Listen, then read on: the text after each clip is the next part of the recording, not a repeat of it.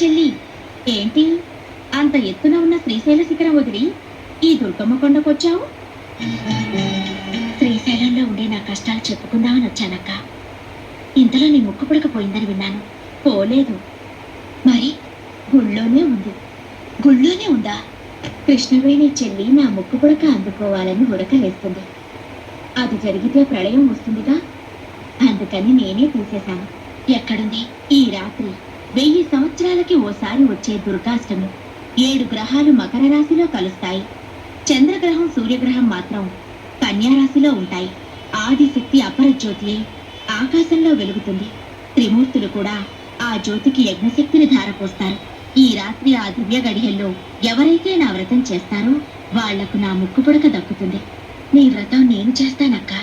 ఏంటి, శ్రీశైల భ్రమరాంబికవు నువ్వు నా వ్రతం చేస్తావా? నీ ముక్కు పుడకని పెట్టుకుంటేనైనా శ్రీశైలానికి కొత్త కళ వస్తుందేమోనని. ఆదిశక్తి అంశలం, అందరం ఒకే రూపాలం, అక్క చెల్లెళ్ళం. నువ్వు నా వ్రతం చేస్తే నా వ్రతం నేను చేసుకున్నట్టు అవుతుంది. అదిగో ఆ పసిపిల్లలకి నా కథలు చెప్పి పూజారివై వాళ్ల చేత వ్రతం చేయించు. వాళ్ల ముడుపు చెల్లుతుంది, నీకు ముక్కు